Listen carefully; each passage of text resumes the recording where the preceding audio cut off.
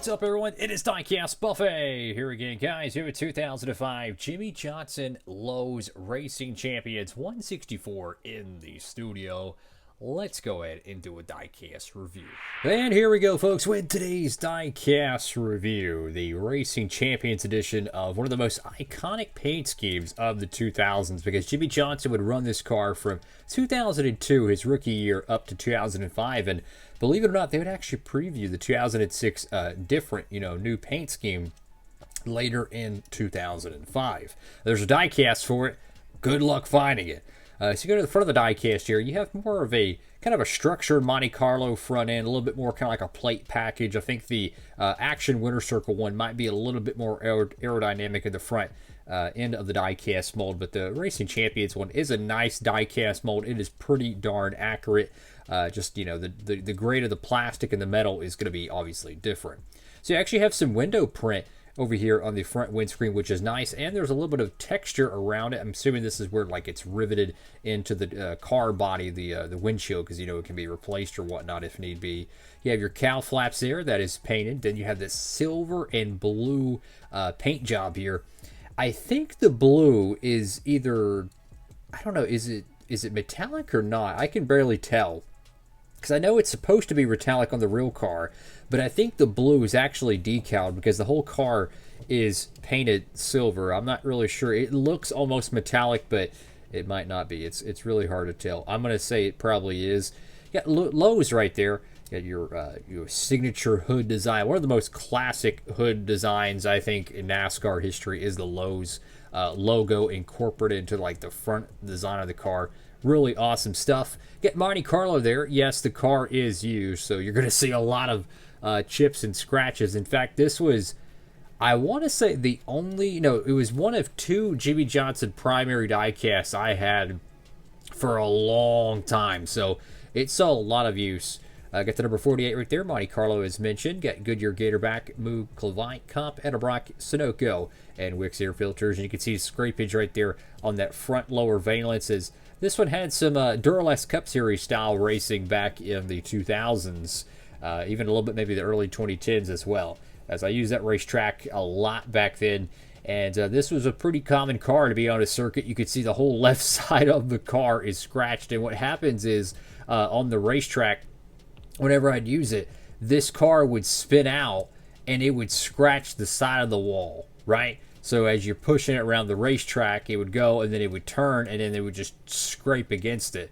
This side, surprisingly, the right side is not too terribly scratched up, but the left side, it looks really cool in terms of a raced version, but not what you would want for a mint car. But it actually looks really realistic, so that's kind of a cool thing with the Duralast Cup Series. Or it wasn't exactly in DCS, in NASCAR Duralast Cup Series, but it was the same racetracks, just a different rules format.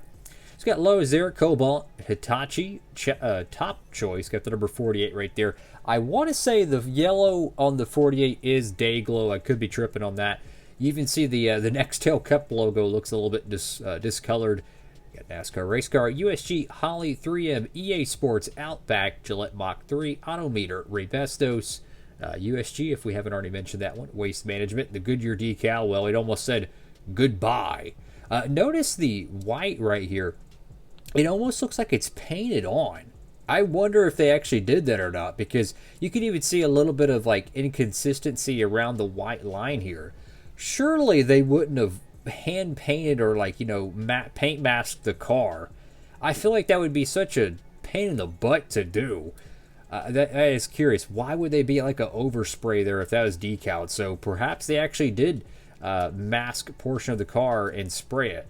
That makes it a whole lot more difficult. You can even see a little bit of overspray or something right here on that trunk line. A little bit of blue on the silver. Got the Quaker State decal. Get the Mero program logo. Haas something GMAC over here to the you got the Jimmie Johnson signature right there. It's very hard to see. For the back bumper of the car, that iconic Chevrolet Monte Carlo body style. They would run from 03 to 05 and 06. They would pretty much make the back bumper completely smooth, but they kept this wavy, iconic Monte Carlo style back in for so many years. Iconic stuff. Got Lowe's. You can even see more of that overspray right here. So if I had to guess, Racing Champions, which was made by a company called Ertl, they make like normal diecast cars and whatnot. They're still around. I'm guessing they had like template or something that they could stick on the car, and then they would spray paint the blue and then spray paint the silver. I imagine they actually sprayed the silver first because it's the lighter color, and then they would put all the other colors on top. But my point with that is such a pain in the butt to do. I just can't imagine they would want to paint mask, how many thousands of these cars they made. I'm kind of impressed, but at the same time, you can see the quality issues because they do have the ability to decal wrap cars with metallic finishes. Action Winter Circle did that on like some of the Jimmie Johnson, Jeff Gordon cars that required maybe two different types of metallic colors. Got 48 right there, Quaker State. Right side of the diecast. I like how the side skirts have the more of a larger pop rivet effect there, so it's pretty easy to see. You have that beautiful silver paint job there, a little bit of a scratch or something on that side window.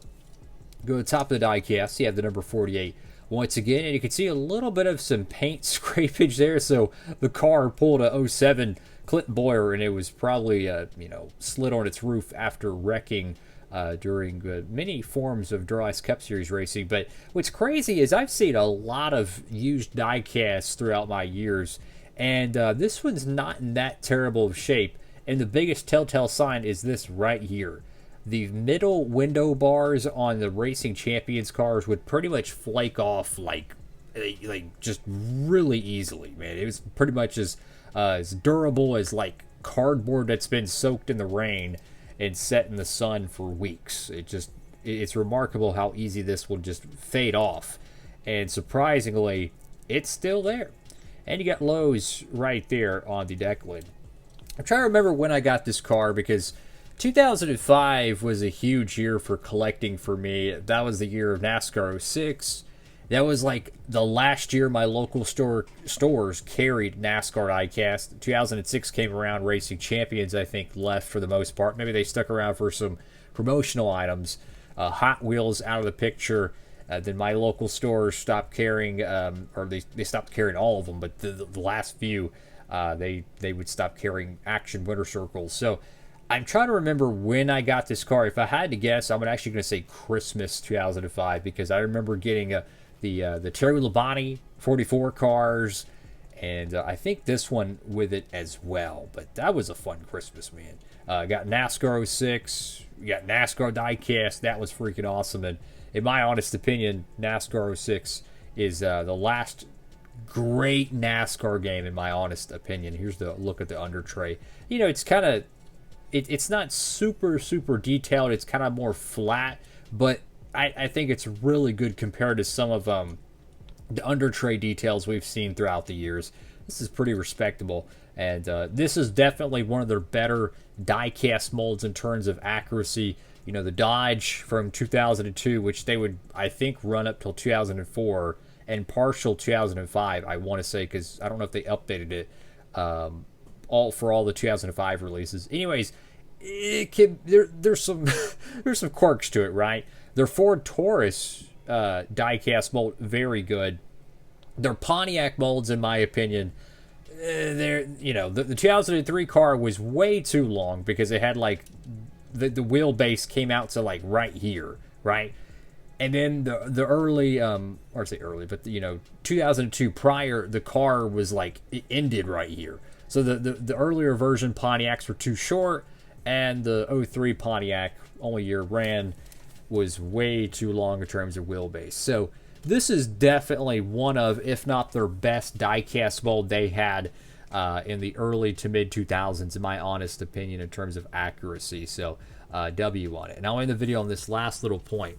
The rear of the car is a little bit shorter than the traditional Action Winter Circle one, and that's actually kind of realistic because in these years the teams would try to take the main greenhouse of the car and shift it as far back as they could, because the gap from the roof to the spoiler, the less distance, means less drag. That means the air has less time to touch the spoiler, thus slowing the car down. If the back of the car is shifted further, the trunk is removed, it essentially makes the car faster in a straight line. And if you look really close on an Action Winter Circle one, compared to the Racing Champions, the greenhouse is just a fraction more to the rear of the car, which is actually more accurate, believe it or not.